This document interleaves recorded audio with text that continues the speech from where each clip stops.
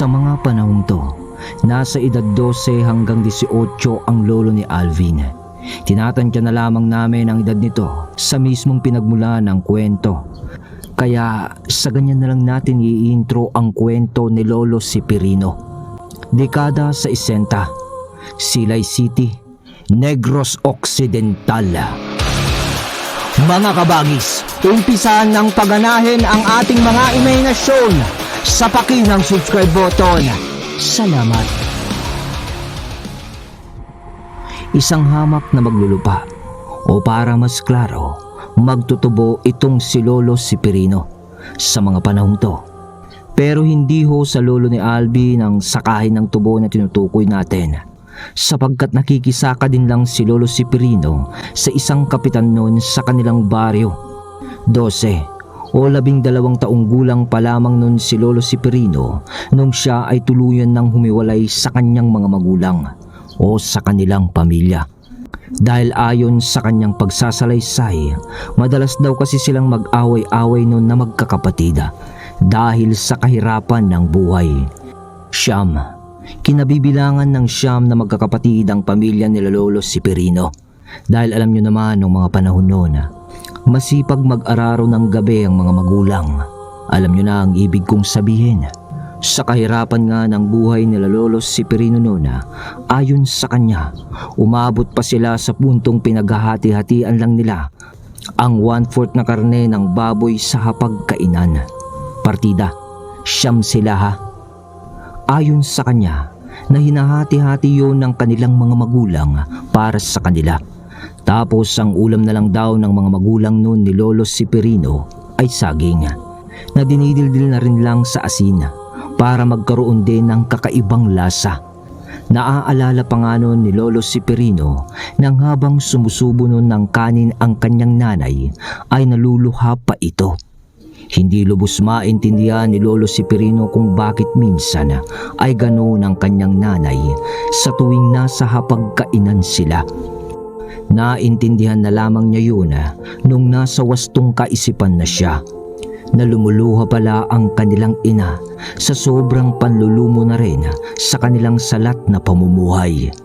Dahil sa tuwing kainan pala sa mesa ay nasasaktan ang kanilang ina na makita ang kanyang mga anak na di nila maibigay ang tamang pagkain sa kanilang mga anak. Sa mga magulang, alam nila ang mga bagay na to na tinutukoy ko patungkol sa emosyon ng isang ina na hindi mabigyan ng sapat na edukasyon o makakain man lang ng tama sana ang kanilang mga anak. At bakit ko inungkat ang parting to ng kwento ng buhay ni Lolo Sipirino, mga kabagis, tanong nyo? Simple lang. Dahil dito nagsimulang humiwalay si Lolo Sipirino.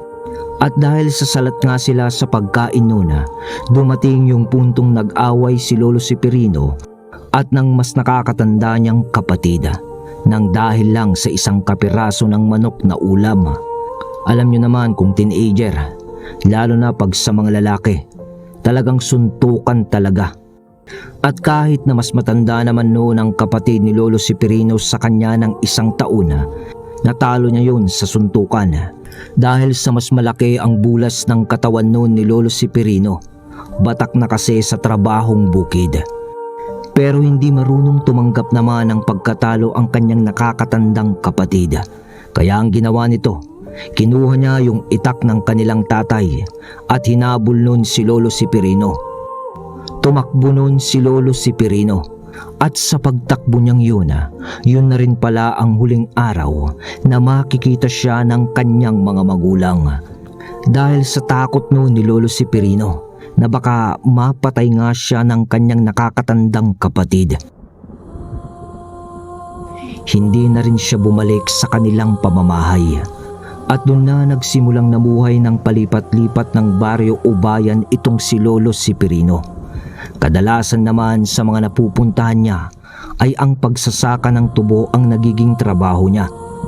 Hanggang sa nakilala niya nga si Kapitan Istong at doon na siya nagtagal. Mabait kasi ang naging amo niyang yun.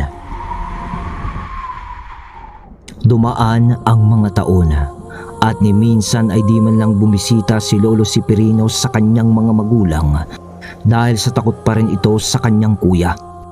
Para kasing nung mga panahong yun ay daladala ni Lolo Severino ang takot sa kanyang kapatid. Parang nagkaroon na siya ng phobia kumbaga, at nakatanim na yun sa kanyang puso't isipan. Hanggang sa isang araw na may dalawang lalaki na bagong salta na magiging kasama ni Lolo Severino sa pagsasaka ng tubuhan ni Kapitan Istong. Sa makatuwid ay magiging katuwang ni Lolo Severino sa pangangalaga sa bukirin ni Kapitan. Mabait at palakaibigan naman ang dalawa na naging kasama nito, at ang pangalan nila ay si Alejandro at Dakila. Opo, Dakila ang pangalan ng isa, mga kabagis. At dito iikot na ang kwento tungkol sa kababalaghan kay Dakila at Lolo Severino. Nung una ay nagtataka itong si Lolo Severino kung bakit kada hapon o gabi ay nawawala na lang itong si Dakila. Naiisip yun ni Lolo Severino dahil sa di naman niya talaga alam kung ano ang tunay na pagkatao ni Dakila.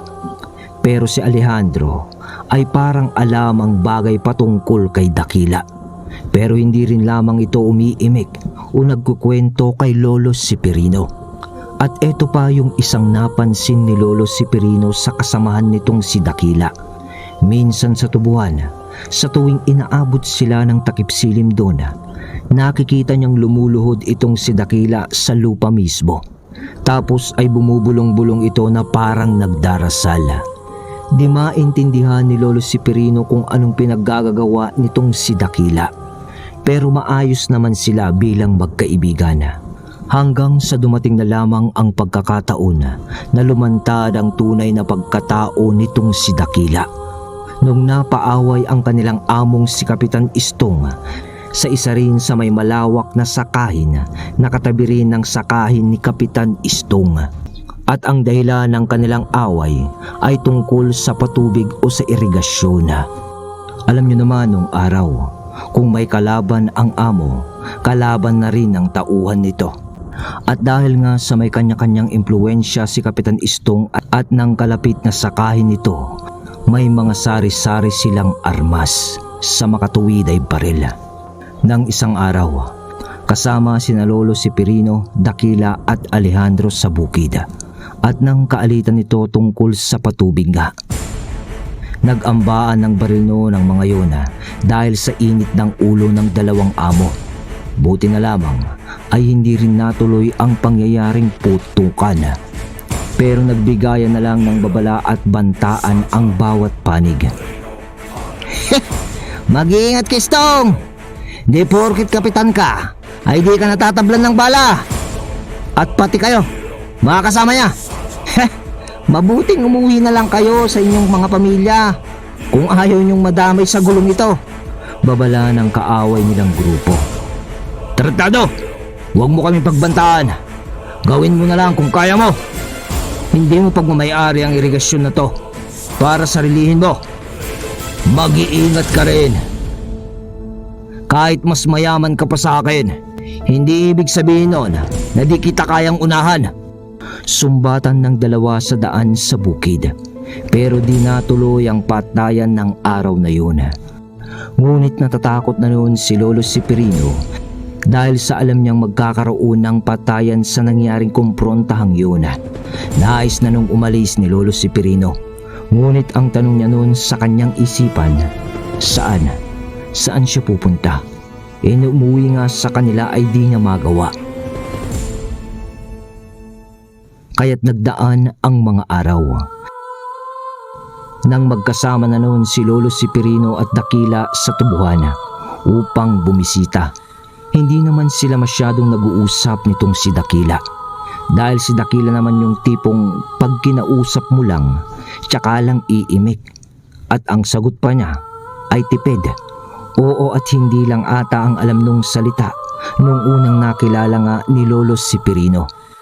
Pero nagbago ang sisting yun nung papauwi na sila ng hapon. Nang bigla na lang nagsalita itong si Dakila habang nakasakay sila noon sa kariton. Rino, itigil mo ang kalabaw ha. Bakit? Natatay ka ba? Tanong ni Lolo Severino. Hindi, baka mayari tayo dyan. Pag tinuloy mo ang kariton sa pagdaan dyan. Ano? Anong ibig mo sabihin? Tanong ni Lolo Severino na medyo takang lilingon-lingon sa paligid. Pero mga tubo at mga damo lang naman ang kanyang nakikita. Nang nagsalita ulit si Dakila. May nag-aabang na mga kalalakihan sa atin dyan. Gusto na tayong tangkaing patayin. Ano? Gulat na tanong ni Lolo Severino. Sabay lingon ulit ito ng marahan sa pagitan ng dalawang tubuhan. Tahimik lang naman noon ang paligid. Pero basta na lang bumaba nun si Dakila sa kariton. Napakabilis na sumuot ito sa isang panig ng tubuhan. Dakila? Anong... Salita ni Lolo Severino na uutal-utal. Dahil sa mag-isa na lang ito na nakasakay sa kariton. Di alam ni Lolo Severino noon kung bakit nakakaramdam na siya ng pangingilabot sa katawan. Para bang may magaganap na kaganapan na hindi kaaya-aya sa mga sandaling yun. Hanggang sa minuto lang ang lumipas ng pagsuot ni Dakila sa tubuhan. Putok ng baril. Sabay sigaw ng isang lalaki. Agad na nagulat naman ang kalabaw noon, kaya napalundag yun ng mababa, sabay takbo nito. At kahit anong pigil ni Severino noon ay nanakbo ang kalabaw papasulong. Pero sa pagtakbo ng kalabaw, sa sobrang gulat nito sa putukan sa paligid, kung saan-saan na lamang ito sumuot, hanggang sa sumalaksak na lamang ito sa tubuhan. Malalaki na ang mga tubo noon at malapit ng tabasin o anihin. Pero panay pa rin ang pananakbo ng kalabaw. Kaya nga hirap pa rin si Lolo Severino na patigilin ito. At habang nagaganap naman yun kay Lolo Severino, ay may mga putukan pa rin na nagaganap sa paligid.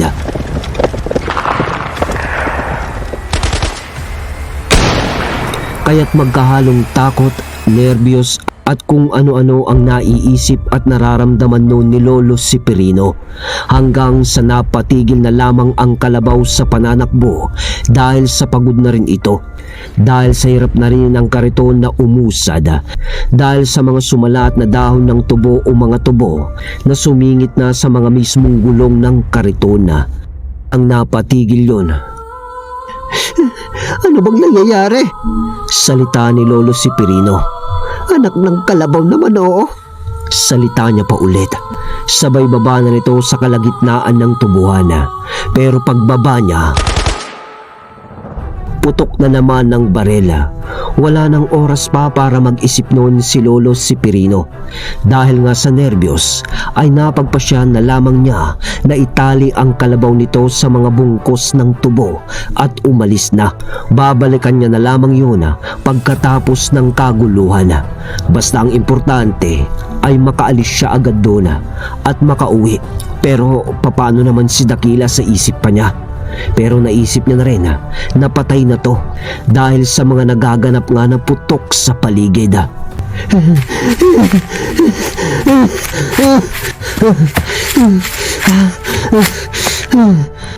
Takbo ni Lolo Severino papaalis sa tubuhan sa napasukan sa nanakbo ng kalabaw, hanggang sa putok na naman ng barela na animoy napapalapit pa siya sa kung sinong mga tao ang nanambang nga sa kanila.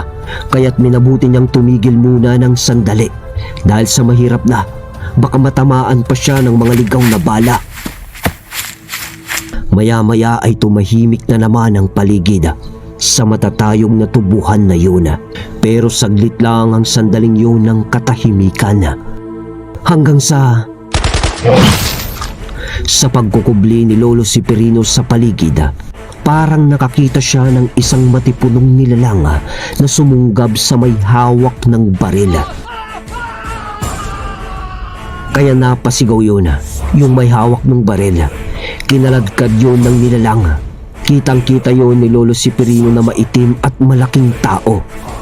Yun kung tao nga yun, Dahil doon ay mas lalong nadagdagan ang kaba sa dibdib ni Lolo Severino. Nag-aagaw na rin ang dilim at liwanag ng mga sandaling yun. At dahil nga sa kaganapan ay di na namalayan ni Lolo Severino na kanina pa siya sa ganung sitwasyon. Kaya wala na siyang magawa kundi kumilos.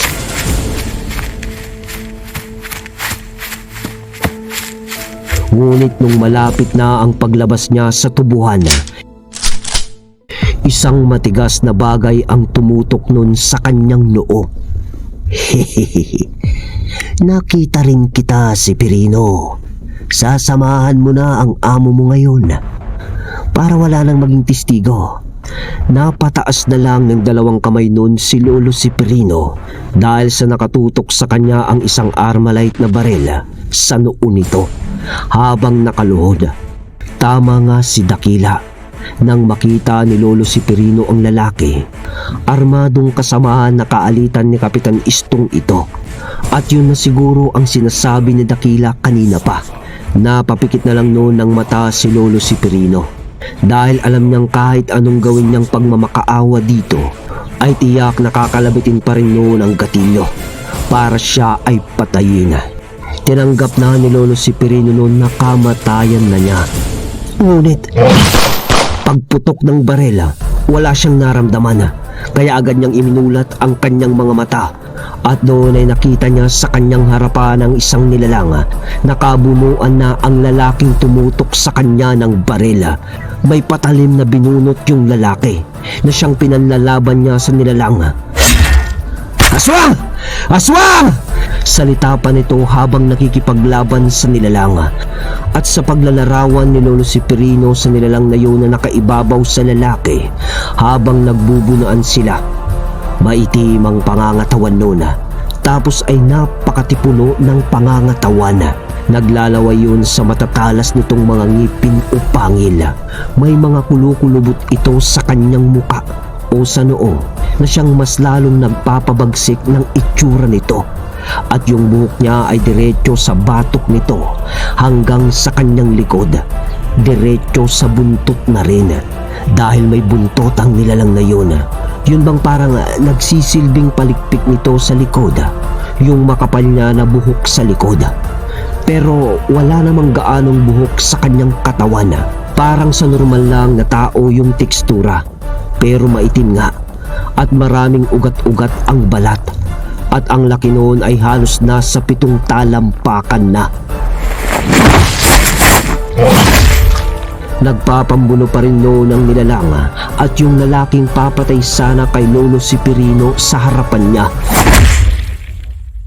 Para namang nawala sa kanyang naturalesa noon si Lolo Severino dahil sa nasaksihan niya. Ngunit nang masaksak ang nilalang ng patalima dahil matapang din yung lalaki, napaatras yung malahalimaw na nilalang nang, Rino! Rino! Ang baril! Salita nung nilalang kay Lolo Severino. Doon ay biglang bumalik ang wisyo ni Lolo Severino sa mga kaganapan at nakita niya ang baril sa tabi nito. Nalaglag pala yun sa tabi niya. At sa sandaling yun ay nakaamba na ang lalaki ng kanyang patalima para patayin yung malahalimaw na nilalang. Ngunit binaril ni Lolo Severino yung lalaki. At yung nilalang naman noon ay napasandal na lamang sa kumpol ng mga tubo. Ngunit tinutukan nyo ng baril ni Lolo Severino. Sino ka? Sino ka? Anong klaseng halimaw ka? Bakit mo ako kilala? Tanong ni Lolo Severino sa nilalang. Ako to, kaibigan ko. Salita niya na nanghihina na medyo garalgal ang boses dahil sa saksak nito. Hanggang sa unti-unti na lamang bumalik o nagbago ang anyo nito sa itsura ni Dakila. Dakila? Laking gulat ni Lolo Severino na salita, sabay bitaw ng baril na kanyang hawak.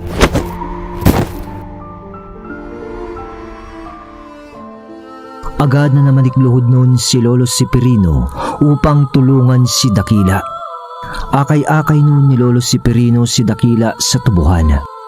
At nung nakalabas na sila sa kalsada, hindi pa rin noon makampante si Lolo Severino dahil nga baka may mga armado pang kalalakihan sa paligid.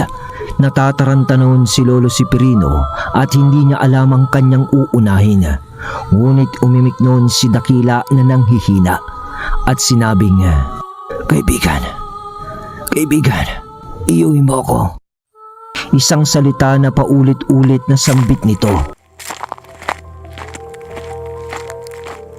Sa pagkakaintindi ni Lolo Severino, kahit nahirap siya noon sa pagkakaakay kay Dakila, sinikap niyang iuwi nga ito sa lugar ni Kapitan Istong. At habang naglalakad nga sila ng paapura pa, pawala na noon ang wisyo ni Dakila dahil sa pagpatak ng dugo sa kanyang mga sugat. Sa dinaraanan nga nila ay puro patak na ng dugo ang nagiging marka ng daan. Tuliro noon si Lolo Severino sa mga pangyayari. Hindi nga niya alam kung paano gamutin si Dakila eh. Idagdag mo pa yung nakita niyang tunay na pagkatao ni Dakila. Pero kahit paman ganun, kahit abot hininga si Lolo Severino kay Dakila, naiuwi naman niya ito. Ngunit pagdating nila sa bungad pa lang ng bakuran nila Kapitan Istong, ang kanilang amo, nakita nila ang isang lalaki na nakahandusay sa parang nito. Kaibigan, dito ka muna. Nako, ano kayang nangyari dito? Bilin ni Lolo Severino na may halong pag-aalala. Tumango na lang naman noon si Dakila ng mahina dahil nga parang tinitipid niya na lamang ang lakas nito. Habang nasa wisyo pa siya, iniwan ni Lolo Severino noon si Dakila sa isang poste ng kahoy na pinagpakuan ng trangkahan ng bakod sa bakuran ni Kapitan Istong. Dahil parang may masamang nangyari din sa mismong bahay ng kanilang amo. At kung ano man ang nangyari sa kanila sa bukid, ay mukhang mas masahol pa ang nangyari doon. At hindi nga nagkamali si Lolo Severino. Dahil nang tignan niya ang lalaking nakadapang nakahandusay sa parang, binangon niya ito para makita niya ang mukha nun. At yun ay walang iba kundi si Alejandro. Patay na. Lalong ninervyos noon si Lolo Severino dahil kung patay na si Alejandro, paano naman si Kapitan Istong at ang pamilya nito? Dali-daling tinungo ni Lolo Severino ang bahay nila Kapitan Istong at sa ilang hakbang nitong paglalakad nang itulak nito ang pinto. Bukas ang pinto nila Kapitan Istong.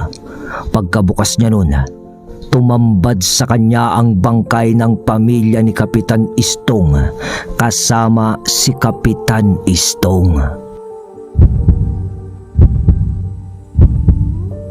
Hindi mawaring kaba ang nasa dibdib noon ni Lolo Severino. Parang natatae at naiihi ang kanyang pakiramdam. Wala na ang pamilyang kanilang pinagsisilbihan. Manong! Boses ni Dakila sa mahinang pagsigaw. Oo nga pala, nakalimutan na ni Lolo Severino na iniwan niya si Dakila sa labas ng bakod. Kung ano-ano na kasi ang pumapasok sa kanyang isipan. Halos mabaliw na siya sa kanyang nakita. Dahil parang naging estatwa na lang siya sa harap ng pintuan nila Kapitan Istong. Habang dilat na dilat ang kanyang mata na nakikita ang bangkay ng buong pamilya ni Kapitan Istong. Nang marinig niya ang pagsigaw ni Dakila ng mahina, agaran na siyang tumakbo dahil nga sa parang naghihinalo na rin si Dakila. At nang marating niya ang kinalalagyan ni Dakila,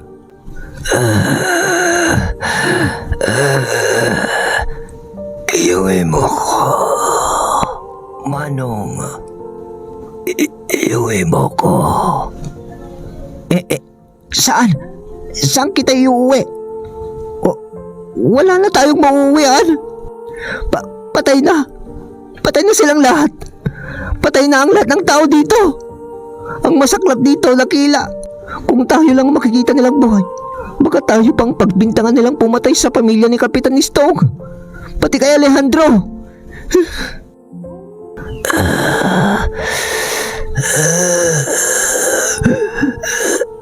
Iuwi mo ako, Manong. At dun tayo sa amin. Hindi nila tayo matutuntun doon. Sigurado yon. Pero, taga saan ka ba? Iuwi mo ko sa sityo. Iuwi mo ako sa sityo, Honor. Ano? Sitio Honor? Di ba kabundukan na yon? Oo. Doon mo ko iuwi. Salita ni Dakila. Pero, Bahala na! Bahala na! salita ni Lolo Severino sabay akay ulit kay Dakila. Medyo malayo ang sinasabing lugar ni Dakila kay Lolo Severino noon. Kaya wala nang ibang maisip si Lolo Severino noon kundi balikan ang kariton at ang kalabaw upang masakyan nila papunta sa lugar na sinasabi ni Dakila. Kung naliwanagan lang si Lolo Severino kasi kanina kung ano yung sinasabi ni Dakila, na iuwi siya. Sana ay kanina pa niya ginawa yun sa bukid. Kaso tarantang-taranta kasi ito. Sandali, babalikan ko yung kalabaw at kariton natin doon sa bukid. Babalikan kita dito. Salita ni Lolo Severino. Tumango na lang ulit noon si Dakila. Tapos ay ibinaba ulit ito ni Lolo Severino sa kinauupuan niya. Tumakbo noon si Lolo Severino patungo ulit sa bukid para kunin ang kalabaw at kariton. Sa kabutihan naman ng pagkakataon, nandun pa rin yung kalabaw na itinali niya at nandun din lang yung kariton. Gabing-gabi na noon, pero lakas loob na ginawa pa rin ni Lolo Severino ang kanyang makakaya upang matulungan si Dakila. Dahil kung hindi rin kay Dakila, baka patay na rin siya ng mga oras na yun.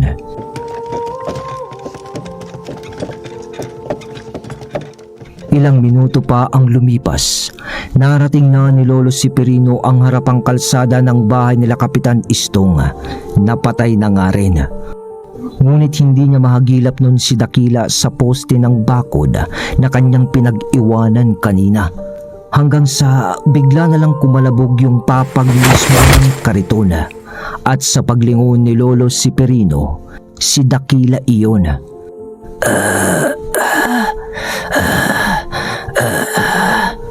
Kusa nang umakyat noon si Dakila sa kariton nito na hinihingal-hingal pa. Dakila! Tara na. Tara na, Manong. Nakita ko kanina ang mga aaligid-aligid na mga tao dito. Baka maabutan nila tayo. Salita ni Dakila na nakahandusay na sa kariton noon. Doon ay dali-daling hininete ni Lolo Severino ang kalabaw upang tunguhin nga ang lugar ng Sitio Honor.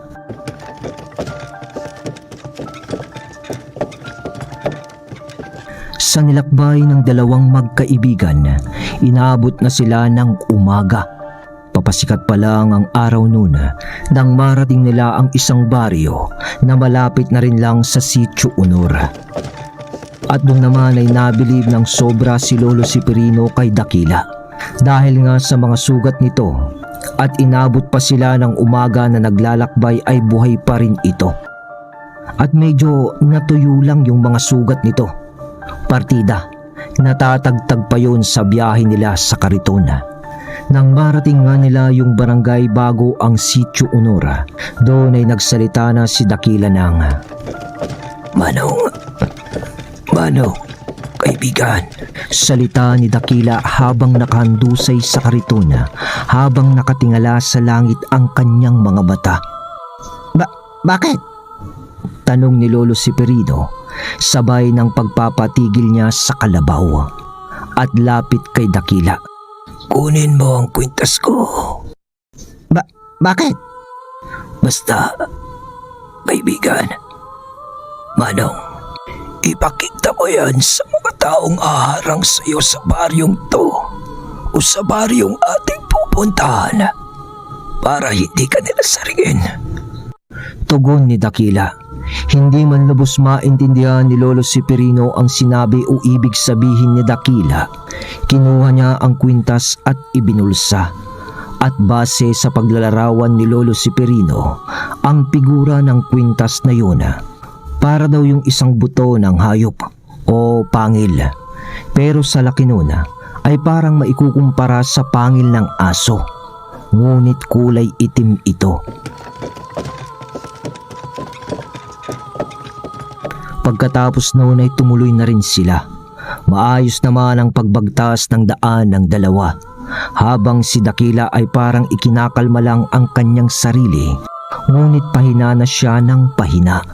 Ramdam yun ni Lolo Severino dahil panay ang lingon niya dito, hanggang sa marating na nila ang dulo ng unang barangay na yun, at halos burol na rin ang kapaligiran, at paumpisa ng paakyat sa bundok ang daan. Yun na ang Sitio Honor kung tawagin. Sa pagkakaalam ni Lolo Severino ay isang baryo iyon. Pero bakit parang wala man siyang makita na malapit na kabahayan? Dakila, wala namang malapit na kabahayan dito. Saan tayo pupunta?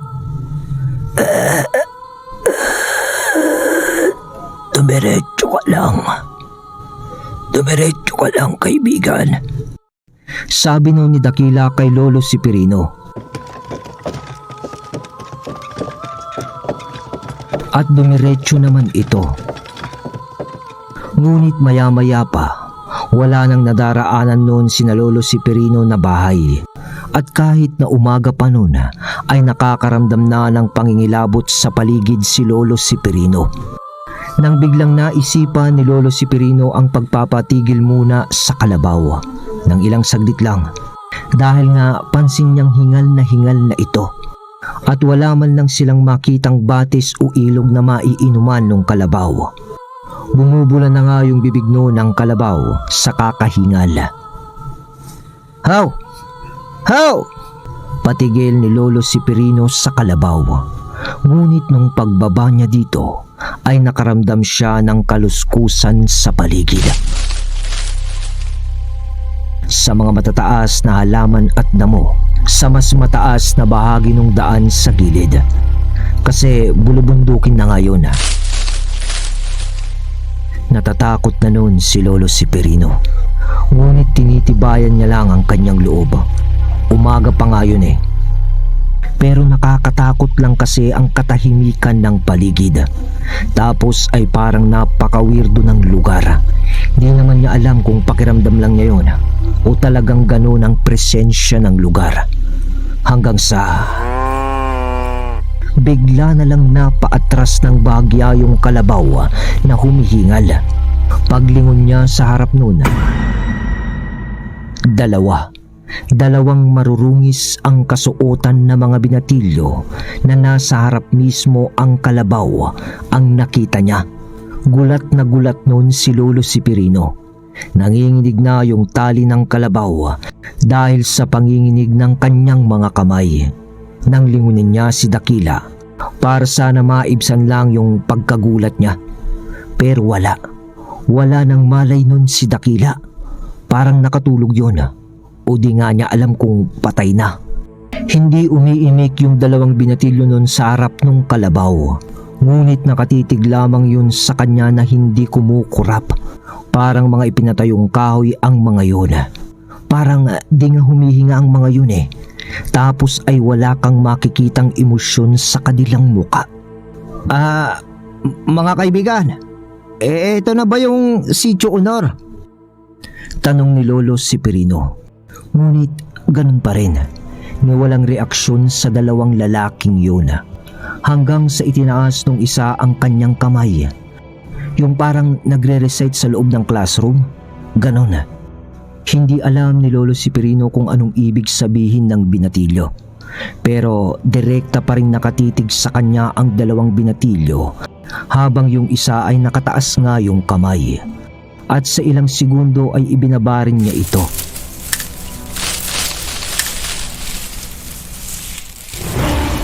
Pero doon naman nag-umpisang may magkaluskusan sa kapaligiran ng daan kung saan natigil sila ni Dakila.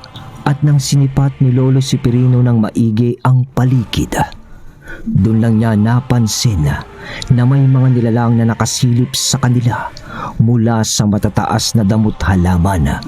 Pansin na niya yun nang makita niya ang mga ulo mula sa mga halamang gubat o bundok na bahagyang nakalitaw. Katulad yun ng itsura ng dalawang binatilyo na kaharap niya. Marungis at kakaibang bantot ang amoy ng mga ito. Bigla nang umimik ang isa sa mga binatilyo. "Bakit ka nandito, Ginoo? Bakit mo dala ang katawan ng lalaking yan? Pinatay mo ba siya?" Tanong ng binatilyo na walang bakas ng emosyon sa kanyang pagmumuka. Nagkakamali kayo. Kaibigan ko to. Nandito kami dahil sa etong sinabi niyang lugar na pagdadalhan ko sa kanya." "Kung kaibigan mo nga siya, bakit ganyan ang kanyang kalagayan? Kayong mga normal na tao ay mga sinungaling, kaya hindi kami naniniwala sa inyo." Muling wika ng binatilyo. Pero pautal-utal na salita ni Lolo Severino. Dahil sa kakaibang takot ang nararamdaman nito sa mga nilalang na nooy nakapalibot sa kanya, at ramdam niyang sa bawat pagpatak ng minuto na naroroon sila, papalapit na ng papalapit ang mga nilalang na nakakubli sa paligid. Hanggang sa naalala nito ang kwintas na binigay sa kanya ni Dakila. Agad niya itong hinugot. Eto mga iho, kaibigan. Ibinigay pa niya nga to sa akin." Mga wika ni Lolo Severino sabay pakita ng kwintas na binigay ni Dakila. Nang makita yun ng dalawang binatilyo, napaatras na lang ng ilang hakbang ang mga yun. Tapos ay nagkatinginan. At walang kaabog-abog ay, "Sumama ka sa amin, Ginoo," sabi ng isa sa mga yun. Sabay tumalikod na ang mga ito. Wala namang napagpilian nun si Lolo Severino kasi kung tututol siya sa mga yun, di naman niya alam kung anong gagawin sa kanya. Pero kung sasama naman siya, pinagbasihan na lamang niya ang sinabi sa kanya ni Dakila na hindi siya sasaringin kung ipapakita niya ang kwintas.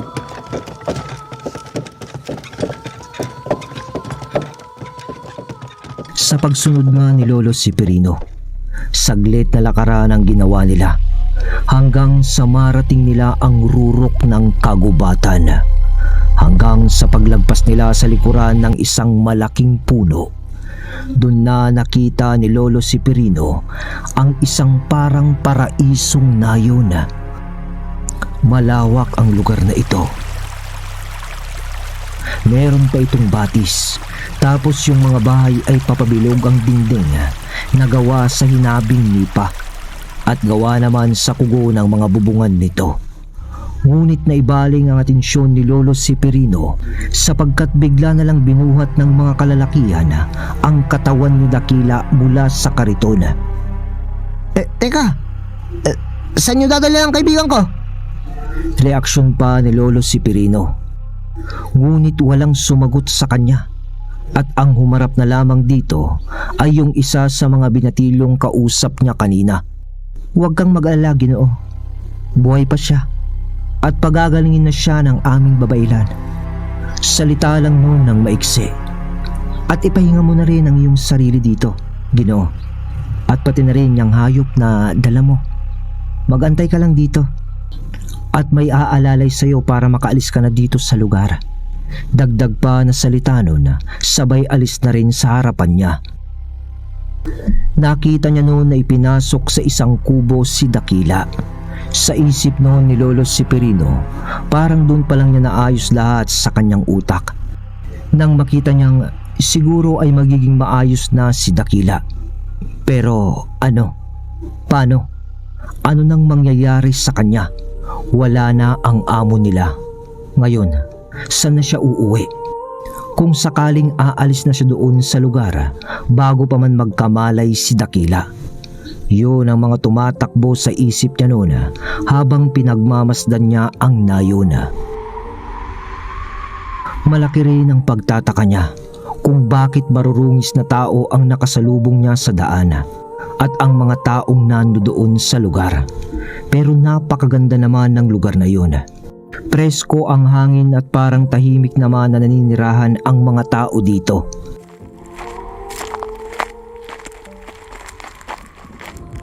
Nang may lumapit na ngang isang tao kay Lolo Severino, pero imbis na pauwi na siya gaya ng bilin nung lalaki kanina, pinapatuloy na siya sa isang kubo kung saan nakita niyang ipinasok si Dakila kanina. May konting kaba pa rin noon si Lolo Severino dahil nga sa ngayon alam na niya na aswang si Dakila. At ang mga taong nakikita niya sa paligid ay mga aswang din gaya ni Dakila. Nang marating ni Lolo Severino ang kubo, sa pagbungad niya sa pinto, natanaw niya agad si Dakila sa loob ng kubo na nakaupo na. Nakaupo na nun si Dakila sa isang papag na parang kakabangon lang din nito. Pero malapit sa kinauupuan nun ang isang matanda na marungis din ang kasuotan. At may mga punit-punit pa ang damit. Yung tipikal na parang pulubi lang sa gilid ng kalsada. Ganon. Nang pumasok ka, Manong. Halika dito. Aya ni Dakila kay Severino. Magandang araw ho, Tatang. Salitang bati ni Lolo Severino sa matanda, sabay hakbang ng kanyang kanang paa, papasok sa papabilog na kubo. Ngumisi lang naman noon ang matanda sa kanya, at nakatitig ang mga mata nito na halos puti na ang kabuuan. Dito, Manong, kaibigan. Alok ni Dakila sa maluwang na papag na kanya na ring kinauupuan. Umupo naman noon si Lolo Severino habang nagwiwi ka ng kumusta ang pakiramdam mo? Salita ni Lolo Severino na may halong trimulo sa kanyang boses dahil sa pinaghalong kaba at hiya. Ayos lang ako, Manong. Salamat sa iyo at naiuwi mo nga ako dito sa aming nayon. Tugon ni Dakila na may halo ding hiya. Dahil sa ngingiting parang hindi naman ang ekspresyon ng mukha niya. Hanggang sa parang wala namang mapag-usapan ang dalawa. Dahil nga sa parang nagkakahiyaan na. Dahil ang totoo, ngayon lang naman sila nag-usap ng ganon ni Lolo Severino. Si Dakila nga kasi diba, hindi naman pala imik yun. Kung di pa nga nangyari ang trahedya sa pamilya ng pinagsisilbihan nila, baka hindi sila aabot sa puntong ito na ganito mag-usap. Hanggang sa binasag na ng matanda na nasa kubo ang katahimikan ng mga ilang segundo sa dalawa. At sinabing, "Ngayon ay naiintindihan ko na, Dakila. Sinabi ko naman sa'yo noon na huwag ka nang sumama sa kaibigan mong si Alejandro. Tignan mo tuloy, muntik ka nang namatay. Ganid ang mga taong nasa labas ng ating nayon. Ngayon ay napatunayan mo na sa iyong sarili mismo, Dakila, dahil muntik ka nang namatay." Tama ho kayo, Ingkong. Tawag ni Dakila sa matanda, Ingkong. Mabuti kung ganon. Kung gayon, kailangan mo na nating ilabas ang kaibigan mo dito. Dahil sa alam mo na, Dakila, normal ang kasama mong nilalang. Kaya dapat ay mamuhay din siya ng normal sa labas ng nayon na to. Sabi ng babaila na tinawag ni Dakilang Ingkong. Ngunit napakunot noon ng noo si Dakila at sinabing, Ingkong, maliho ata ang pagkakaintindi nyo sa nais kong mangyari.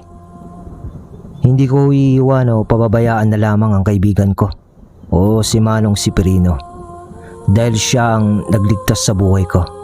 Alam niyo ho ba kung ano ang meron sa buhay ng kaibigan kong to? Wala na rin siyang inaasahan na uuwian dahil tinakwil na siya ng kanyang pamilya. Rason ni Dakila sa kanilang babailan. Alam ko. Nakikita ko sa kanyang mga mata yun, Dakila, iho. Pero hindi naman siya itinakwil ng kanyang pamilya, kundi siya lang ang nag-iisip noon sa sarili niya dahil sa takot. Naiintindihan ko, Ingkong. Pero kahit na ganun pa man, wala na ako dapat ngayon kung hindi dahil kay Manong Sipirino. Rason ulit ni Dakila. Huwag kang magsasalita ng ganyan, Dakila.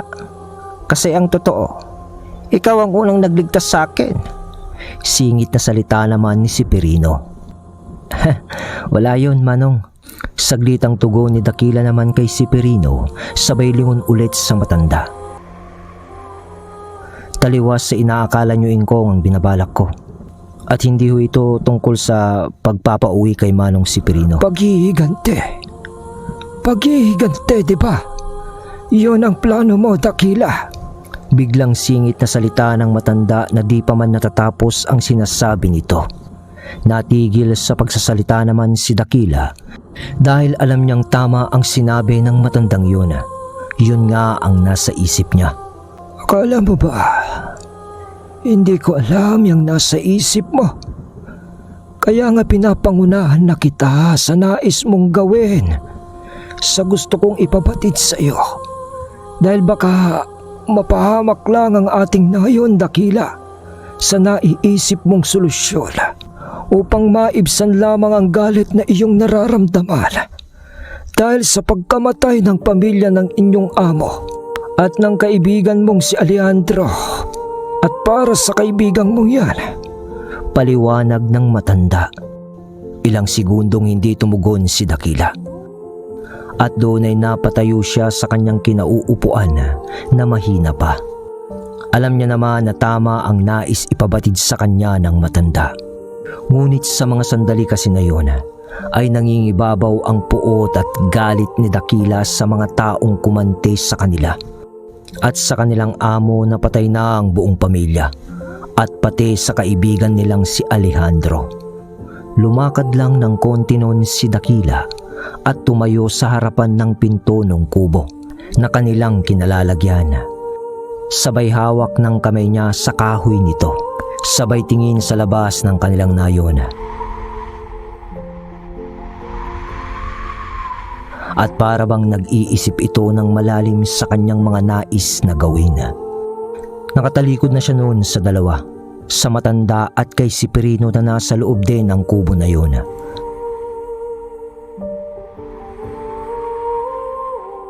Katahimikan ng mga ilang segundo ang namutawi noon sa loob ng kubo, hanggang sa nagsalita ulit ang matanda. Huwag na, Dakila. Patawarin mo na. Patawarin mo na lang sila. Isipin mo rin ang kapakanan ng nayong ito. Dahil oras na inumpisan mo ang paghihigante sa mga taong yun, kayo ng iyong kaibigan ay malalagay sa alanganin ang katahimikang matagal na nating pinapangalagaan ng mahabang panahon mula nung namatay ang iyong mga magulang. Pangungumbinsi ng matanda kay Dakila. Ngunit hindi nun umiimik si Dakila at nakatingin pa rin siya sa malayo mula sa bungad ng pintuan ng kubong yun. Pero sa mga segundong yun ay di alam ni Lolo Sipirino na tumutulo na pala ang luha ni Dakila habang nakatanaw sa malayo. Kasi sa sinabi ng matanda na mga magulang niya, nawala na nga. Biglang may naalala si Dakila. At sa mga oras na ito ay pasukin natin mga kabagis ang memorya ni Dakila para malaman natin ang pulot dulo ng lahat kung bakit bigla na lamang siyang naluha nang marinig niya ang kanyang mga magulang. At ito ang ala-ala ni Dakila. Toy, bakit ho bawal lumabas mula sa likod ng punong yon? Salita ni Dakila nung ito'y musmus pa lamang. Anak, balang araw, maiintindihan mo kung bakit may mga alituntuning ginagawa at dapat sundin sa buhay. Bawal ang pumunta dyan. Bakit ho ganun, Tay? Gusto ko lang naman pong makapaglaro. at malaman kung ano ang nasa likod ng punong yan. Tugon ni Dakila. Bakit? Malawak naman ang ating nayon para makapaglaro ka, hindi ba? Salita ng tatay ni Dakila. Pero kasi wala namang kasing bata dito na kasing edad ko. Gusto kong maging masaya at makalaro ang ibang mga bata. Ganun ba? Napakunotang noo ng ama ni Dakila sa kalagitnaan ng kanilang usapan. Anak, at paano ka naman nakakasigurado na paglabas mo sa punong yan ay may isang batang kagaya mo, na kasing edad mo, o makakalaro mo? Nung isang araw kasi tay, umabot po kasi ako sa malapit sa punong yan. May nakita po akong bata na naglalakad dyan, na kasing edad ko. Ano? Takang tanong ulit ng ama ni Dakila. Dahil wala pang muwang si Dakila noon na ang tinutukoy niyang puno ay ang siyang trangkahang sa bulag ng nayon nila sa mga normal na tao para hindi sila makita o ang kanilang nayon. Nagtaka noon ang ama ni Dakila dahil sa papanong merong bisibilidad na makita ni Dakila ang nasa labas ng sabulag ng kanilang nayon. Maliban na lamang kung may tangan o may isang bagay na hawak ang tao na kanyang nakita na maaaring magpawalang bisa ng sabulag ng kanilang nayon. Anak, sabihin mo sa akin, yung nakita mong bata, pati ikaw ba nakita niya? Tanong ng ama ni Dakila noon. Oho, tay. Sa tingin ko. Kasi kumuhay pa nga siya sa akin eh. Tugon ni Dakila. Doon ay nangamba ang ama ni Dakila dahil sa nalaman nitong may nilalang o tao na kayang tagusan ang sabulag ng kanilang nayon. Ibig lang sabihin noon ay nasa peligro sila kung isang masamang tao ang nagtatangan ng kapangyarihang yun. Kaya dali-daling pinagtibay ng ama ni Dakila at ng ingkong nakausap sa kasalukuyan ni Dakila sa kwento ang sabulag ng kanilang baryo. Ngunit nagdaan ang araw ay nagulat na lamang ang ama ni Dakila nang dumating siya sa kanilang pamamahay na may kasama ng isang bata na kaedad niya na galing sa labas ng kanilang nayon. At yun ay ang pinakilala niyang kanyang kaibigan na si Alejandro. Nung una ay hindi matanggap at ng buong nayon ng pagkikipagkaibigan ni Dakila sa mga taong labas mula sa kanilang nayon. Ngunit nang dahil sa may kabutihang puso naman si Alejandro, kalauna nung kabataan nila ni Dakila ay natanggap na rin siya ng nayon ng mga aswang. At kaya pala nakikita ni Alejandro ang nayon na yun na di gaya ng normal na tao. Dahil sa ang lolo naman nito ay isang albularyo. At mayroong kwintas na anib noon si Alejandro na suot-suot sa tuwing naglalakad sila sa kagubatan na kayang pumukaw ng bisa ng sabulag para hindi siya mawala o mapadpad sa ibang lugar kung sakali. At doon nga ay nakita niya si Dakila. At sa mga nagdaan na araw, nagpatuloy nga ang pagkakaibigan ng dalawa. Ngunit ng isang gabi, sa bahay nila Alejandro, habang nandoon noon si Dakila.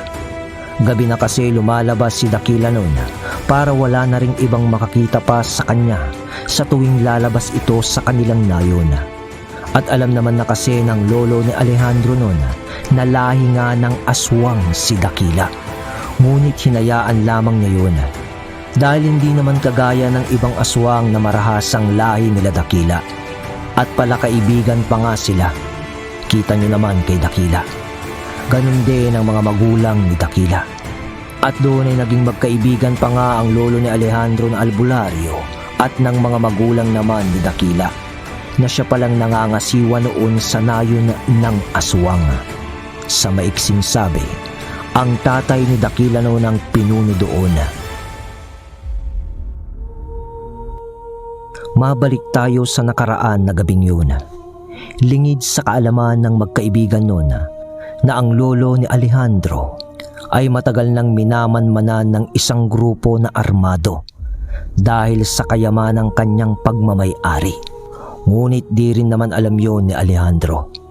At dahil sa alam ng grupong yon na isang albularyo o may tangan ang lolo ni Alejandro, kumuha rin sila ng isang antingero na kayang tapatan ng mga agimat, anting-anting, umutya nito panlaban sa mga armas nila. Kaya nga't habang nasa loob sila ng pamamahay noon ng lolo ni Alejandro, sa kasarapan ng kanilang pag-uusap o pagkikwentuhan bilang magkaibigan, may kumatok sa pinto. Pinagbuksan naman ni Alejandro ang pintuan dahil sa maalumanay na boses na kanyang narinig sa labas. Ngunit, Apa! Apa! Lumayo ka! Layon yung lalaking yan! Kunin mo ang kaibigan mo! Tumakbo na kayo! bigla na lamang sigaw noon ng lolo ni Alejandro. Doon naman ay napaatras ng mabilis si Alejandro sa harap ng lalaki sa pintuan dahil sa sinabi ng kanyang lolo. At sinamahan nga nito noon si Dakila. Pero hindi rin sila kumilos. Nandun lang sila sa loob ng bahay.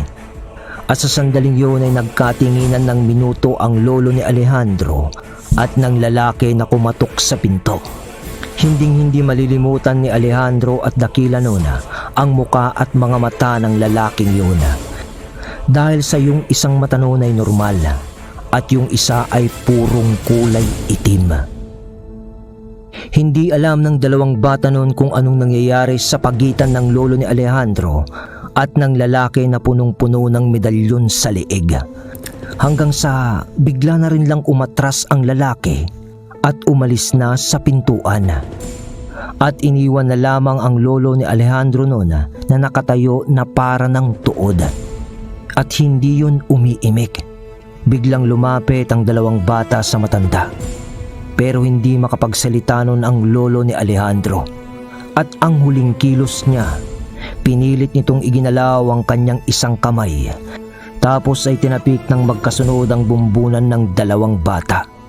Lingid sa kaalaman ng dalawang bata na nag-uutib na noon ang lolo ni Alejandro upang ipasa sa kanila ang kabal nito o ang bakod sa kanila gamit ang lalim ng karunungan niya.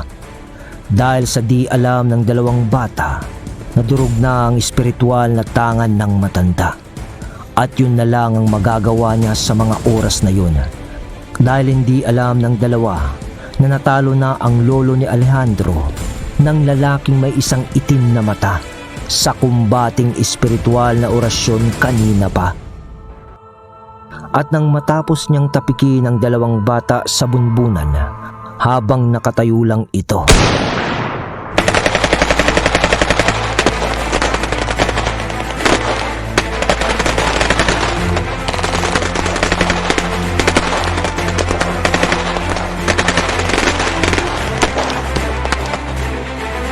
pag-ulan ng bala sa bahay nila Alejandro. Nang makarinig naman ang buong nayon ng aswang ng putukan na di kalayuan sa bahay nila Alejandro, agad na nag-iba ang kutob ng ama't ina ni Dakila at kaagaran na pinuntahan ang kanilang anak upang siguraduhin ang seguridad nito. At sa bilis nila, gamit ang lahi nila ng pagiging aswang sa kabutihang palad, ay nakaabot naman ang ama't ina ni Dakila at naabutan nilang buhay ang dalawang bata dahil sa sakripisyo na rin ng lolo ni Alejandro sa pagbibigay nito ng kabal sa dalawa. Ngunit kinailangan ng makipaglaban noon ng ama't ina ni Dakila para sa buhay din ng dalawa sa naabutan nila.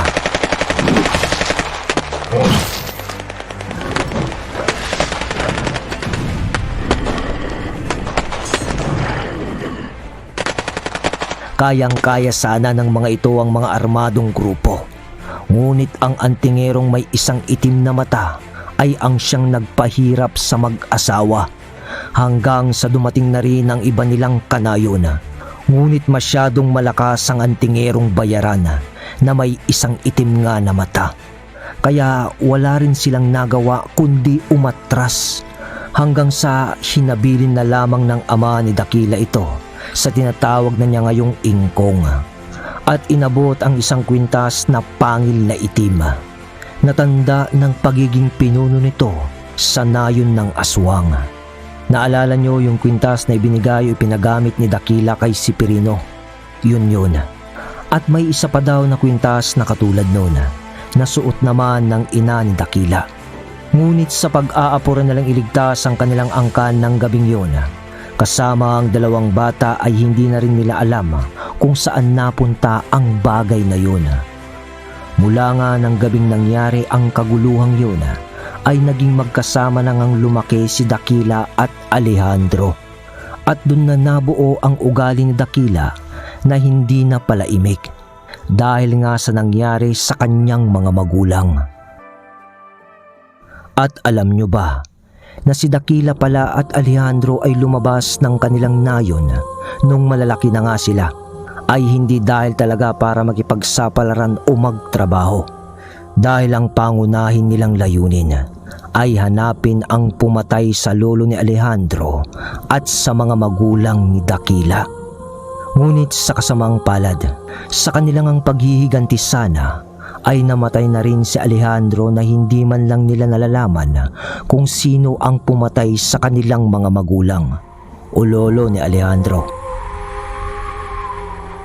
At yun na nga ang laman ng isipan ni Dakila habang pinupunasan ang luha nito sa loob ng kubo.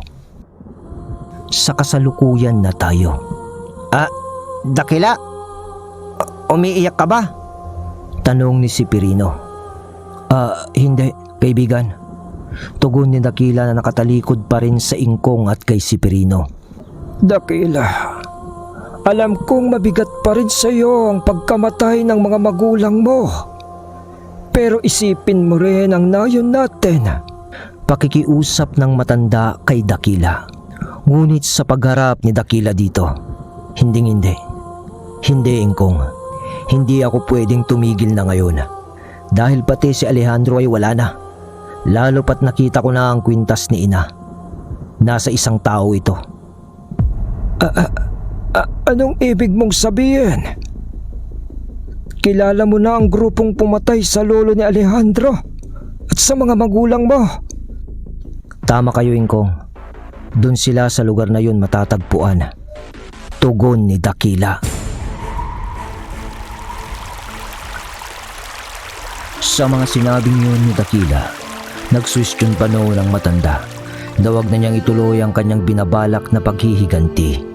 Ngunit, si ina, si ama, at si Alejandro, ingkong, ilan pa ba ang mawawala sa buhay ko bago ako kailangang kumilos? At alam ko rin si Pirino, Manong, na paglabas mo dito ay hindi ka rin tatantanan ng mga taong yun. Kaya marapat na tumigil na sila sa kanilang gawain. Kailangan na nilang malaman na hindi sila ang maghahari-harian sa buong kapuluan ng lugar na ito. Salita ni Dakila na buo na ang pasya na sumugod sa mga taong nagbigay ng pasakit sa kanyang buhay at sa mga kaibigan nito. At dahil nga sa pasya ni Dakila, ay nanatili pa noon si Lolo Sipirino ng mga ilang araw sa nayon ng mga aswang. At masasabi ni Lolo Sipirino na doon niya nakita ang mga bagay na hindi pa niya nakikita o nararanasan sa sata ng kanyang buhay. Parang paraiso ang lugar na yun. At kahit alam niyang aswang ang mga kasama nito, ay panatag naman ang kanyang kalooban sa kabaitan na ipinapakita sa kanya ng mga ito sa tuwing araw. Ngunit pag sumasapit naman ang gabi, ay may ibinibigay sa kanya si Dakila na isang anib na siyang nagsisilbing anib nito sa tuwing lubog na ang araw na gamit naman noon ni Alejandro noong buhay pa ito. Dahil kahit pa mababait ang mga tao dito, ay nag-iiba ang kanilang mga ugali sa tuwing kakagat na ang kadiliman. Hindi naman sa masyadong delikado para kay Sipirino ang pananatili dito. Pero nag-iisa pa rin siya na isang normal na tao sa nayon. Kaya pinakaiingatan din lang siya ni Dakila. Hanggang sa sumapit na nga ang araw na nakatakda na naaayon sa balak ni Dakila. At dun nga ay lumabas ang magkaibigan sa puno kung saan ang trangkahan ng sinasabing sa bulag ng lugar. Sakay sa kariton na hatak ng kalabaw ay nagbiyahe ang dalawa pabalik sa baryo kung saan sila dating naninilbihan. At doon na nila isasagawa ni Lolo Severino ang kanilang paghihiganti. Pinili ng dalawa noon na manirahan sa kakahuyan dahil nga wala namang uuwian si Severino. Ginawa na lamang nila na pahingaan ang silong ng kariton at pinili nilang manmanan muna ang hakbang o kilos ng pang-araw-araw ng grupo na siyang pumatay sa amo nila. Nang sa ganoon ay alam nila ang mga kilos nilang gagawin para sa mga kalaban. O di kaya naman ay direkta ng mismong yung pinagsisilbihan ng mga yun ang kanilang papatayin. Ngunit hindi rin yun kadali dahil nga sa mayaman ito, maraming gwardya ang nakapalibot sa lalaking kanilang gustong gantihan. At doon nila nalaman ang totoong pangalan o pagkatao ng lalaking yun. Sa pagtatanong-tanong sa lugar, ngunit apelyido ang tanyag na pangalan nito, Ballesteros. Yun ang ngalan na kalat sa baryo. At dito nila nalaman na natatakot pala talaga ang mga tao doon sa kanya.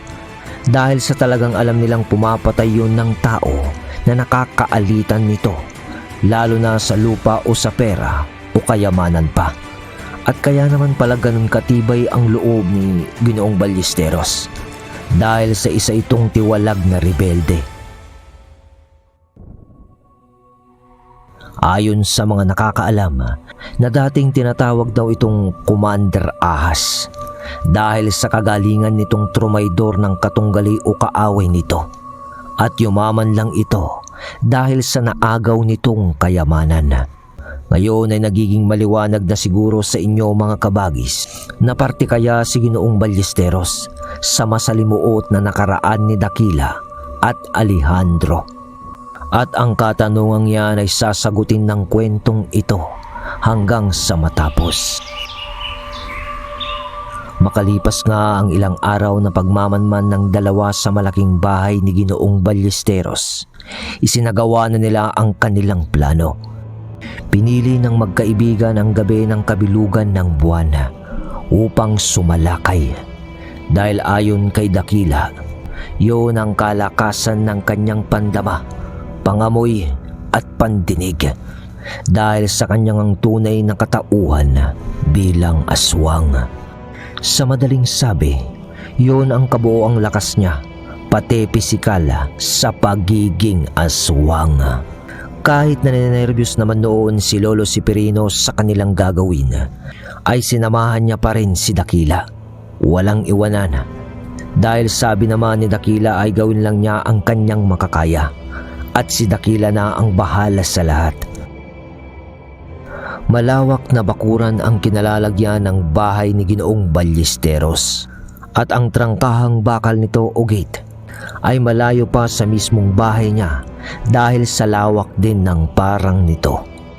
At sa mismong labas ng gate nito ay mayroon pang gwardya. At isa pang dahilan kaya nila pinili ang araw pala na yon ay mayroong pagdaraos sa loob ng bakuran noon ni Ginoong Ballesteros. At doon ay makakasigurado silang nandoon ito upang harapin ang kanyang mga panauhin.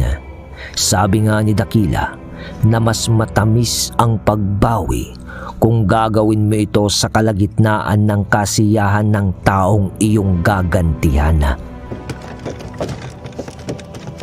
At nang gabi nga na yun, How! How! How! may isang kariton na hatak ng kalabaw ang tumigil mismo sa gate ni Ginoong Ballesteros habang nagaganap ang kasiyahan. Hoy! Ano yan? Bakit ka nandito? Salita ng gwardya na armado sa isang lalaking nakatalukbong na nakasakay sa kalabaw. Pasensya na mga Ginoo sa abala. May pinapahatid lang na regalo para kay Ginoong Ballesteros. Ano? Dayami lang yung karga mo! Pinaglulok mo! Biglang natumba yung lalaki dahil sa pagkagilit ng lalamunan nito mula sa likod. At sa bilis pa ng pangyayari, hindi na nakaporma pa yung isang lalaki na gwardya din. Pagkahugot ng lalaugan nito, dahil sa isang malaking kamay na may mga daliring matatalas na kuko ang humablot sa lalamunan nito, tumumba ang dalawang gwardya sa harapan ng gate sa isang iglap. At ang may gawa nun sa dalawang gwardya ay walang iba kundi si Dakila. At yung nakasakay pala sa kariton ay si Lolo Sipirino. Bumaba nun si Lolo Sipirino ng mabilis sa kalabaw, sabay pulot ng dalawang baril ng dalawang lalaki na kanilang napatay. At nang maiayos na yon ni Lolo Sipirino sa kariton, binuksan niya ang gate gamit ang susi na hawak ng dalawang napatay ni Dakila. Sabay sakay na sa kariton at hampas ng tali sa kalabaw ng mariin.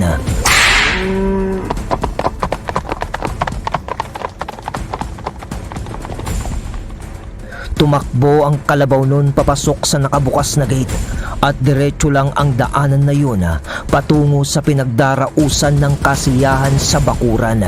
At nang malapit na ang kalabaw sa pinagdadausan, napatingin ang lahat pati si Ginoong Ballesteros dahil nga sa nananakbong kalabaw na may hatak-hatak na kariton na may kargang dayami.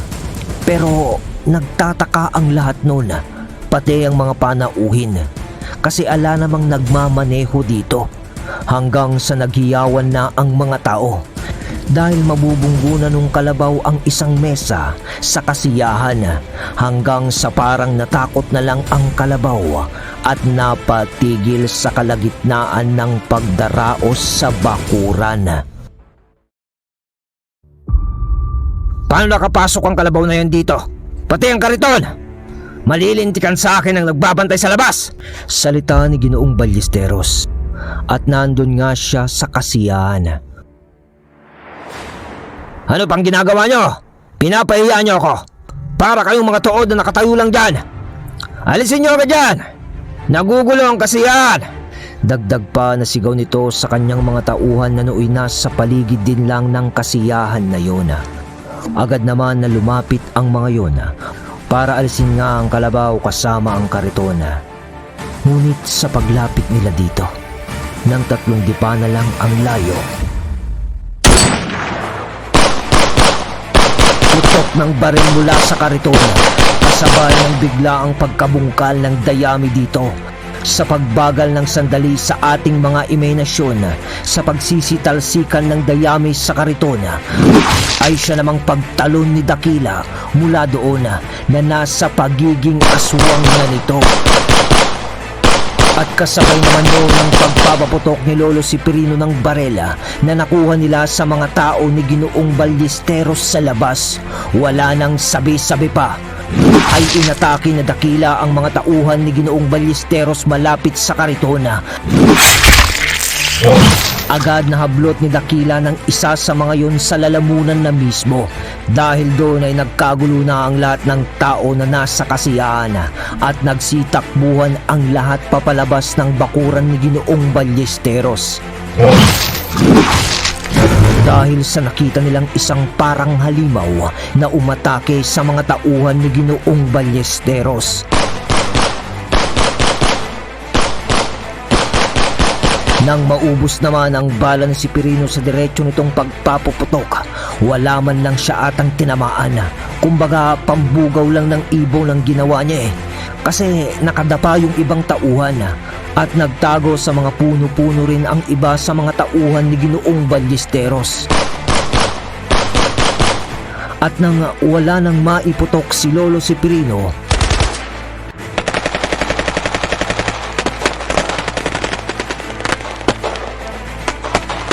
doon na gumante ang mga kalaban ng putok sa kanya. Ngunit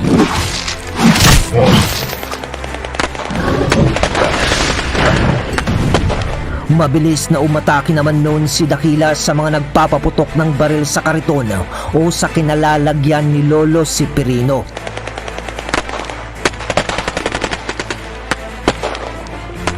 Kaya't nabaling ulit kay Dakila ang pagpapaputok ng mga ito.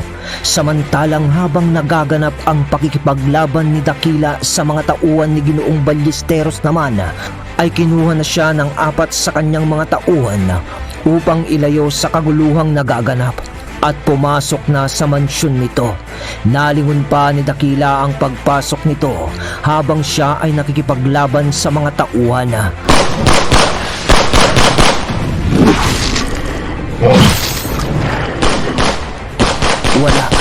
Walang naging panama ang mga baril ng tauhan ni Ginoong Ballesteros sa aswang na si Dakila sa bilis at bagsik nito sa pakikipaglaban.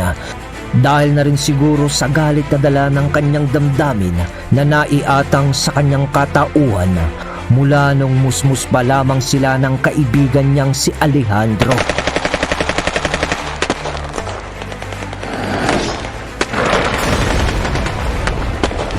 At sa paglipas nga lang ng ilang sandali ng pakikipaglaban ni Dakila sa tauhan ni Ginoong Ballesteros, ay dali-dali nang tinungo ni Dakila ang pintuan ng mansyon upang hagilapin o tugisin si Ginoong Ballesteros. Dakila! Dakila!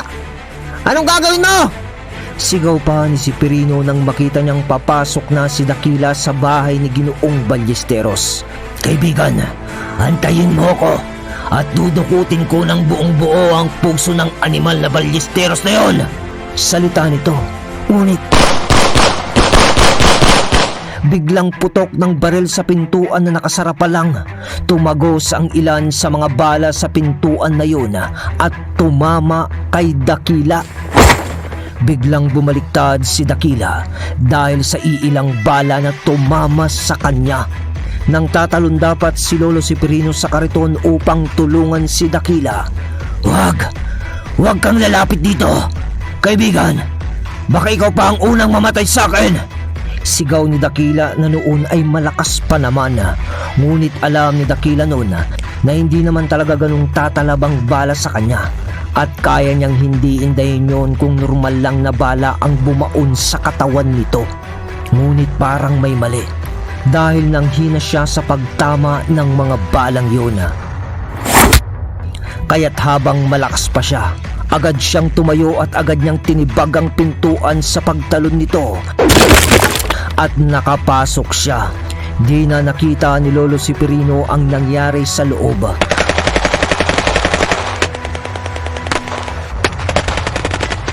Ngunit mga ilang putok pa ang narinig noon ni Sipirino pagkatapos ay sigaw ng mga kalalakihan.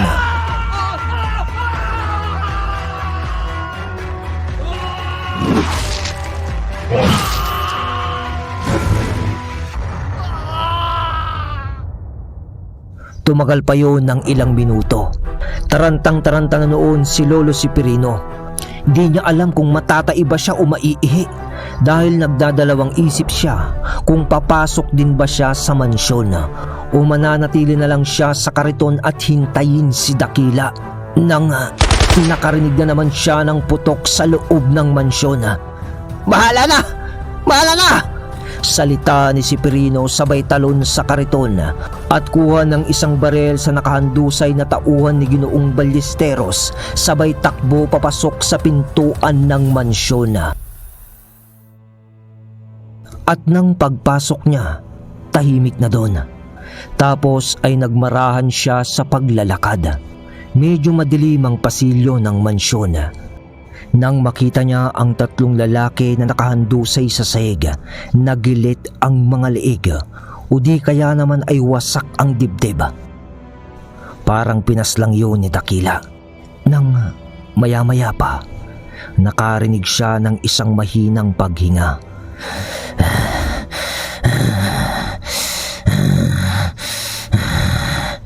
Tunog noon na parang nanghihina.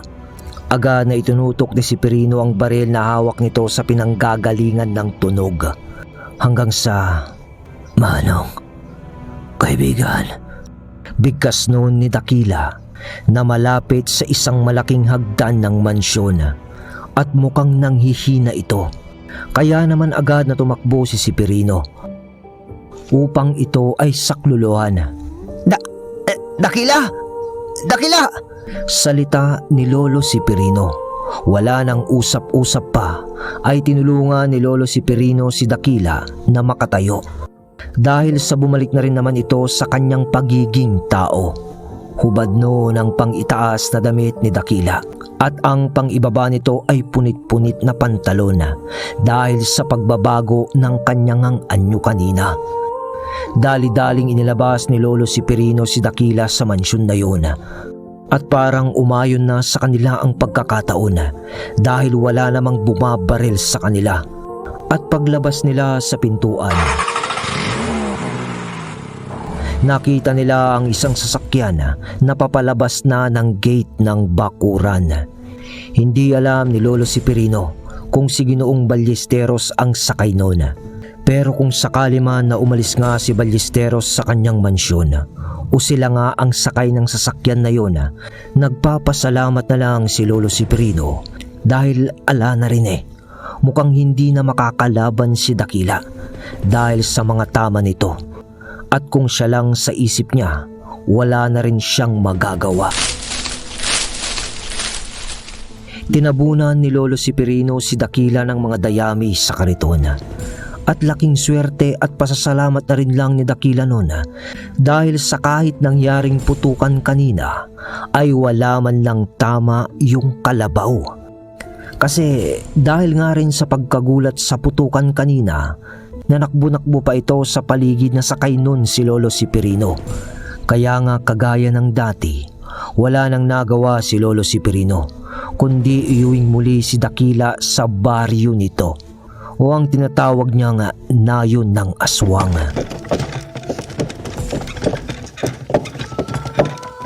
Sa makatuwid ng gabing yun ay bigo sina Dakila at Lolo Severino sa kanilang binalak na paghihiganti kay Ginoong Ballesteros. Naiuwi ulit ni Lolo Severino si Dakila sa nayon at muli sa galing din ng babailan at tibay ni Dakila ay nanatili itong buhay.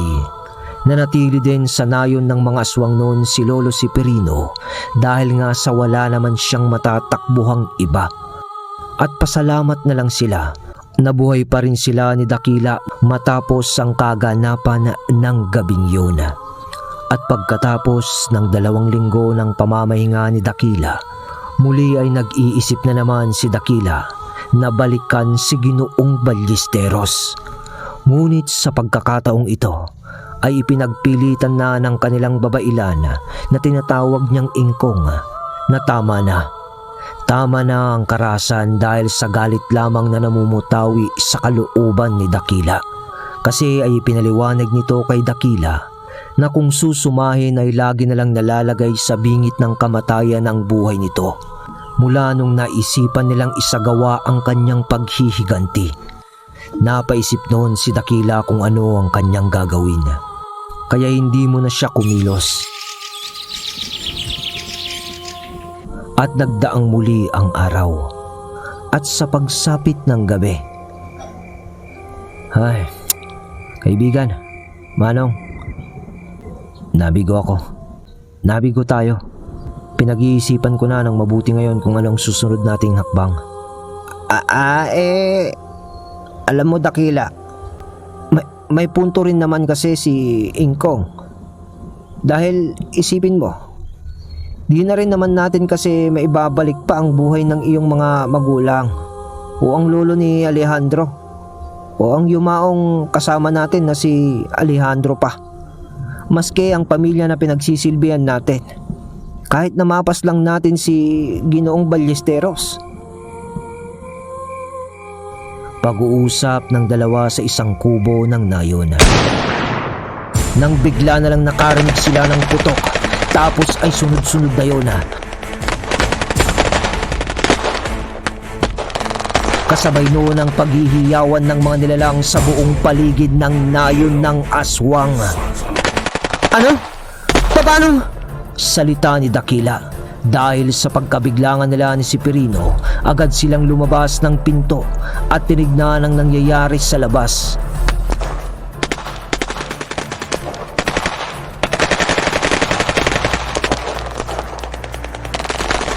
At doon ay nakita nila ang mga nasa 12 kalalakihan na nagpapaputok sa mga kubo ng kanilang nayon.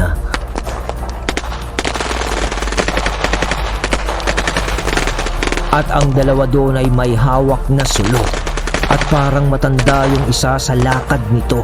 Sa mga sandaling yun ay biglang nabulabog ang buong nayon ng aswang dahil sa pagpasok ng mga kalalakihang armado na yun.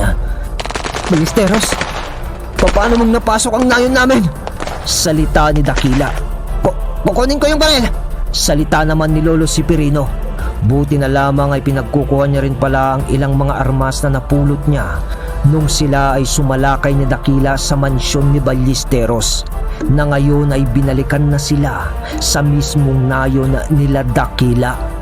Patayin! Patayin ang lahat ng mga yan! Mga salok! Sigaw ng boses na si Ginoong Ballesteros na nga. Kahit na nananakbo ang iba sa mga taga-nayon at karamihan doon ay ang mga sumisibol pa lamang na anak ng mga nilalang doon.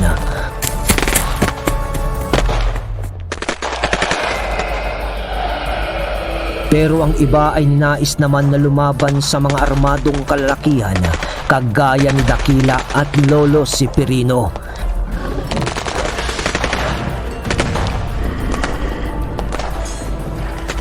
Naging madugo ang labanan ng gabing yun sa pagitan ng grupo ni Ballesteros at ng mga nilalang sa nayon ng aswang, dahil sa hirap din makalapit ang mga ito dahil sa patuloy na pagpapaputok ng mga yun.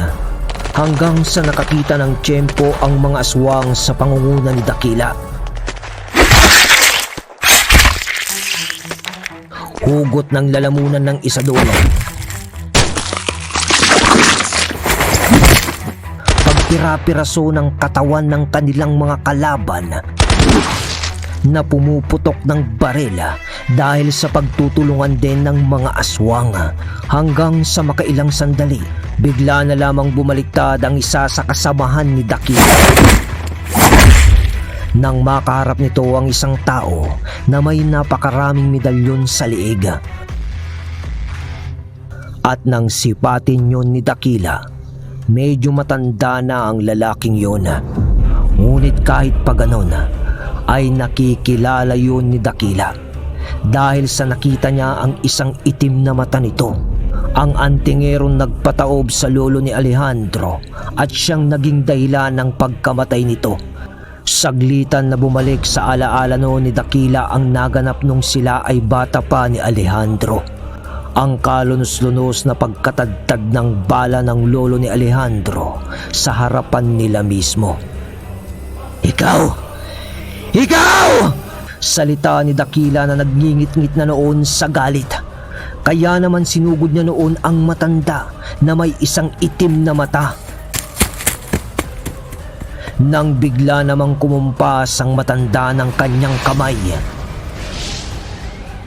biglang nanghina si Dakila at sa kanyang paghakbang ng mabilis ay para bang may pumatid na sa kanya sa pangangatog ng kanyang tuhod, sabay ng pagkabaliktad nito bago pa man umabot sa dalawa, ang antingerong bayaran at si Ballesteros.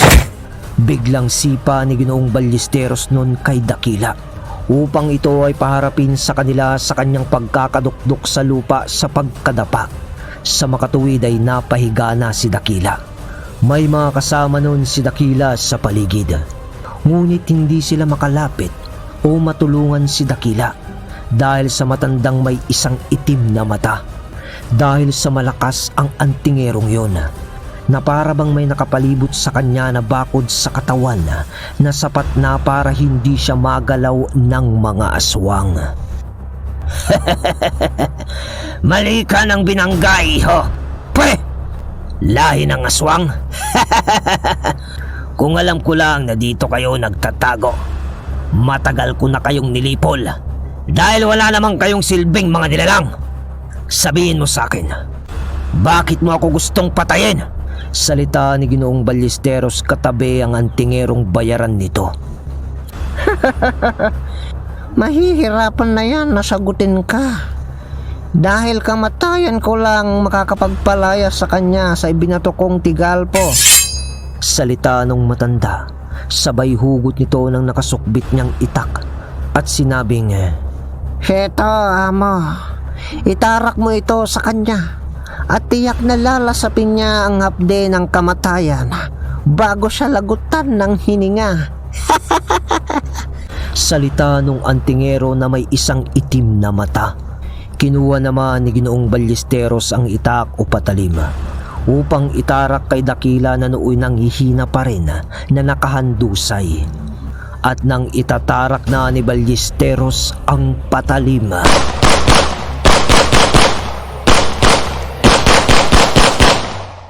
putok ng barel mula sa likuran ng dalawa.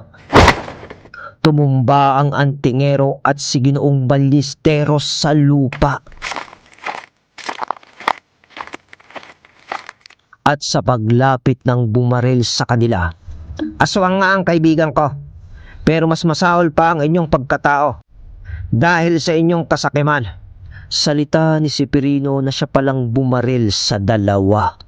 Nang segundo lang matapos ang pagkatumba ng antingero at ni Ginoong Ballesteros, biglang nabuhayan naman ng diwa itong si Dakila at bumangon na. At kasunod na nga nun ang pagkabaliktad ng sitwasyon. Si Ginoong Ballesteros naman ngayon nakahiga sa lupa kasama nung antingerong bayaran. Salamat, kaibigan. Salita ni Dakila kay Severino. Tumangulang naman noon si Severino at pagkatapos noon, yumuko ng marahan si Dakila at medyo inilapit ang muka kay Ballesteros. Sabay, tapos na ang paniningil. Sana ay naaalala mo pa ang matandang inyong pinatay noon at ang dalawang mag-asawang aswang. Ako ang kanilang anak. Salita ni Dakila sabay. Biglang hugot ng puso nito sa pamamagitan ng kanyang matatalas na kuko, sabay pisat nito sa kanyang mga kamay. At pagkatapos nun, ay may kinuha pa si Dakila na isang kwintas sa liig ni Ballesteros. At yun ay ang kwintas ng kanyang yumaong ina. Sa makatuwid, si Ballesteros ang siyang pumatay sa lolo ni Alejandro at sa mga magulang ni Dakila. Pagkakuha niya nun ay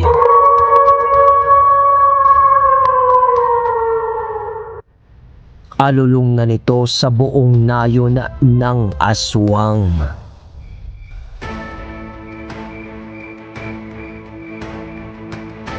Nang gabing yun ay tuluyan nang nawala ang mga taong sangkot sa pagpatay sa lolo ni Alejandro at mga magulang ni Dakila.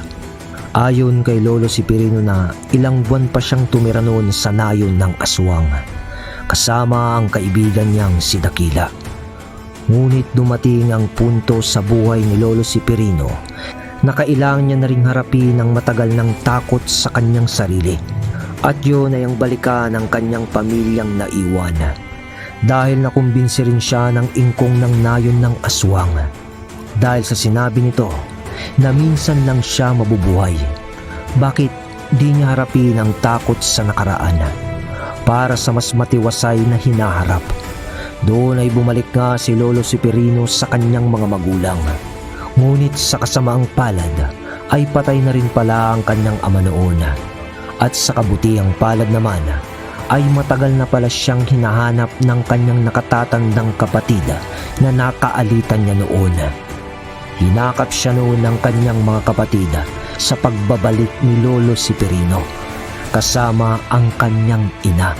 At doon nga ay nanatili na siya sa kanyang pamilya, bao ng karanasan sa kanyang pagtanda. Nung minsan sa parte ng kanyang buhay ay may naging kaibigan siyang aswang na nagngangalang Dakila.